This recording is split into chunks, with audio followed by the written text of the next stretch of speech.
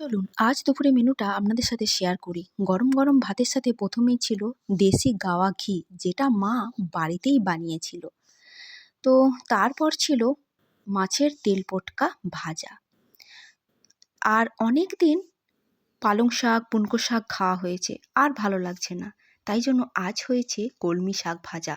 এই কলমি শাক ভাজা দিয়ে ভাত খেতে বেশ ভালো লাগলো, অনেক দিন পর অন্যরকম একটা শাক খাওয়া হলো। তারপর রয়েছে এই যে মটরশুঁটি আর লাউ আর চিংড়ি দিয়ে একটা তরকারি, মটরশুঁটি লাউ চিংড়ির তরকারি। আর ছিল একটা রুই মাছের তেল ঝাল। এই মাছটা অবশ্য আমার শ্বশুরবাড়ি থেকে এসেছিল, শ্বশুরবাড়ির পুকুরে জাল দেওয়া হয়েছিল, বেশ বড় সাইজের একটা রুই মাছ দিয়েছিল। আর ছিল চাপ চাপ মুসুরির ডাল আর আমের জেলি। আমের জেলিটা মা অনেক দিন আগেই বানিয়েছে, আর এক গ্লাস জল। এই হচ্ছে আজকের দুপুরের মেনু। ভালো লাগলে আমার চ্যানেলটিকে সাবস্ক্রাইব করে দিয়ে আমার পাশে থাকবেন।